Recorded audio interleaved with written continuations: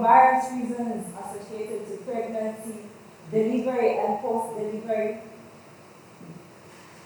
And did you know that before I complete this story, 5 women are going to die because of pregnancy, labor, and delivery? Then, did you know that from 1st January to 30th November, Zambia just lost 714 women because of maternal deaths? But did you also know that we can have a world where maternal mortality rate has been reduced and we have achieved the Sustainable Development Goal 3.1, which talks about the reduction of maternal mortality by 70% in 2030? That goal can be achieved, and that Zambia can be there. Today I'm going to take you on a personal journey, a journey that transcends textbook pages and clinical routines, a journey that has shaped my career, my passion, and my understanding of the intricate tapestry of nursing and midwifery practice and its impact on the human life. Now picture this: a young nursing student, wide-eyed, eagerly navigating the corridors of knowledge in the world of healthcare. That was me 14 years ago. 14. So I vividly recall holding onto a notebook, eagerly trying to understand and learn from seasoned nurses and midwives during the handover notes when we share what had transpired. I eagerly tried to understand and ask those critical questions because I knew that I wanted a change. I knew that an adolescent should not walk without being guided because there were always those people that walked before them. I knew that a maternity case was not supposed to end in death, but to bring surplus to a family, a baby, and happy moments. That was me. That was me in Lokula province. Now, Lokula province is in the northern parts of Zambia and at the center of Africa. That is where Lokula is. This place is so beautiful, yet one of the poorest places. It is in the confluence of the Lokula River and the famous Lake Bango, which is very big and good. So through stories, my personal stories, I'm going to share how my life has been impacted from mentorship.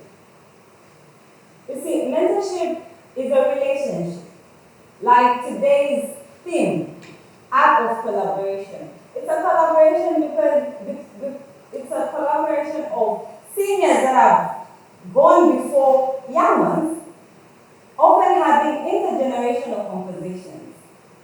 And in the nursing profession, experienced seasoned midwives talking to either student nurses or midwives, or young professionals that have just been deployed or haven't said much in the profession. Basically, a relationship that is formed because there's a goal that we want to achieve. And the beauty of it is the sharing of knowledge, best practices, and wisdom.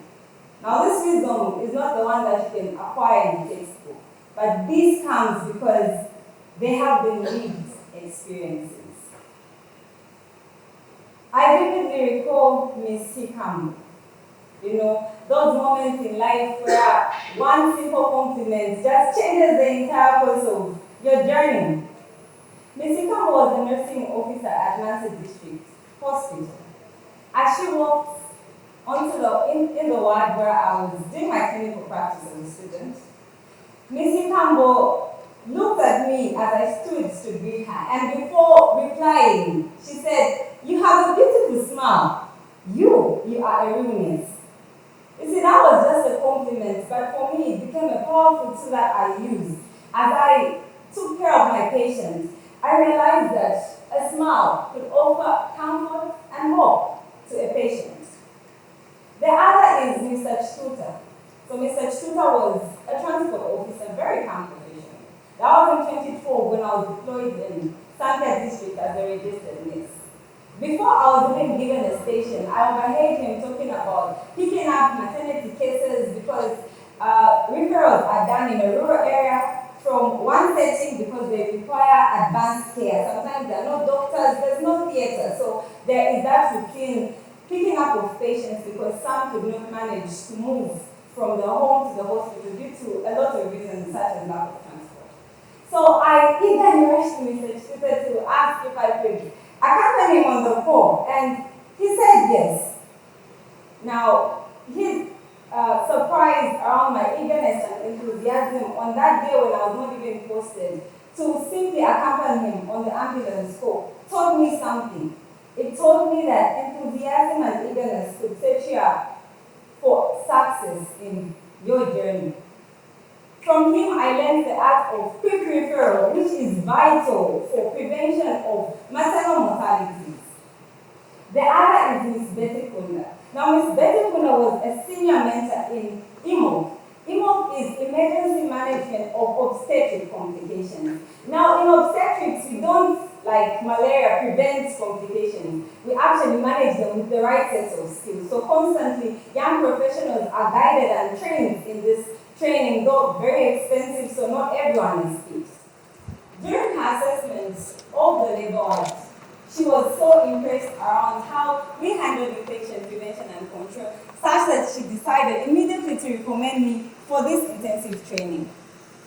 After the training, our facility later became recognized as the first and the best in Wapula province with infection prevention practices, which are key in preventing maternal mortalities due to infections when delivery is not handled well.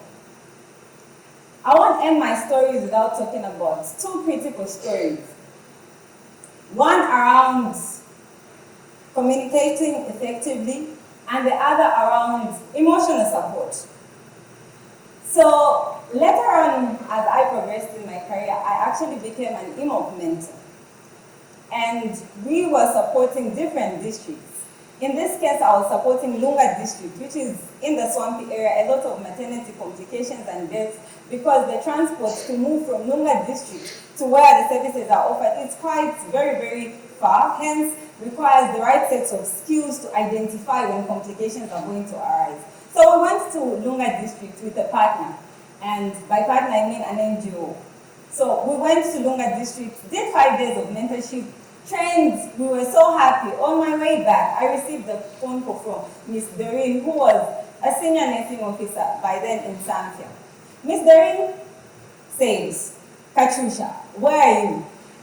You know, like the famous story in the Bible, and asked where are you, you know there's an issue. So I told her, I'm just coming from a 5-day mentorship visit. We had a lot of success. I have learned a lot. And before I could complete my sentence, she was like, "Who gave you the authority to travel?" In my head, I was thinking, she already knew the partner came to my facility, but calmly she later told me, "Please, next time when a partner comes, inform me or consult so that I should be accountable of where you are going and I should have the right answers as I am your supervisor." I apologized and I calmly, affirmed to what she had asked.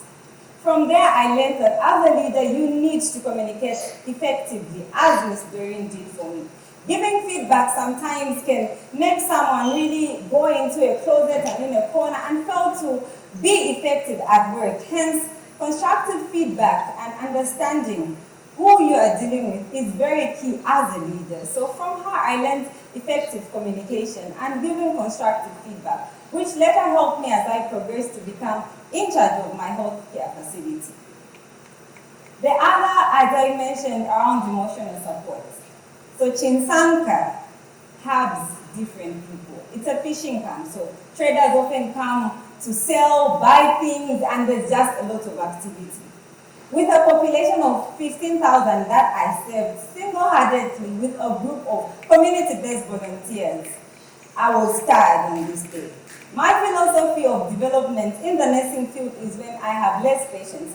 That meant I could always go early, knock off late, sometimes sacrifice even my lunchtime. But this time I was really drained. So I called Miss Doreen and told her, Ma'am, I am tired. The patient flow today is too much and patients are complaining. I don't think I'm going to manage working at this healthcare facility. So Miss Doreen told me, Kachusha, that is your healthcare. Go for 30 minutes, rest. But please do explain to the patients where you're going to go to allay anxiety so that you reduce on the talking. So I did as she said, I rested, and then, like she had advised, I told the people, and when I came back, I continued working. And for sure, I had rested. I could start the clinical work again. You see, this taught me the essence of the mentor and best practices. In that moment, I panicked, but because she had done this for a long time, she gave me what could work at that moment. She did not sympathize, she empathized. This is the healthcare that we need, which is empathetic and resilient, able to understand that when a woman comes in, she needs to go out happily. These are just a few stories from my lived experiences that show the importance of mentorship. Mentorship offers an opportunity for knowledge, wisdom, and sharing of best practices. And so, once we continue offering mentorship, we're going to see a change and a shift.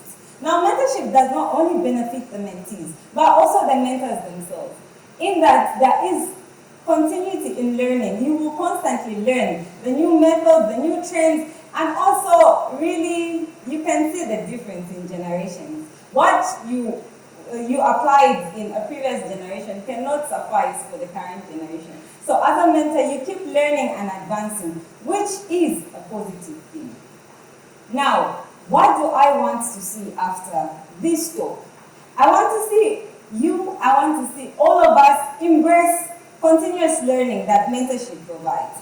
Because formal education is good. It teaches you about your career, how you progress, and how you handle situations. But mentorship gives you an opportunity for best practices, wisdom, and a lot of information that you will not find in a textbook.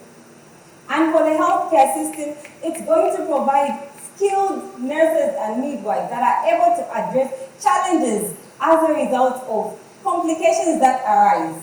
Hence, the need to embrace mentorship. However, to really address the issues of maternal mortality, we need our men to be mentored by grown men on how to take care of women when they are pregnant. Guided well. This is how you treat a woman when she's pregnant, during labor and delivery, and after they deliver, because sometimes partners feel a woman is a superhuman such that they can handle these things.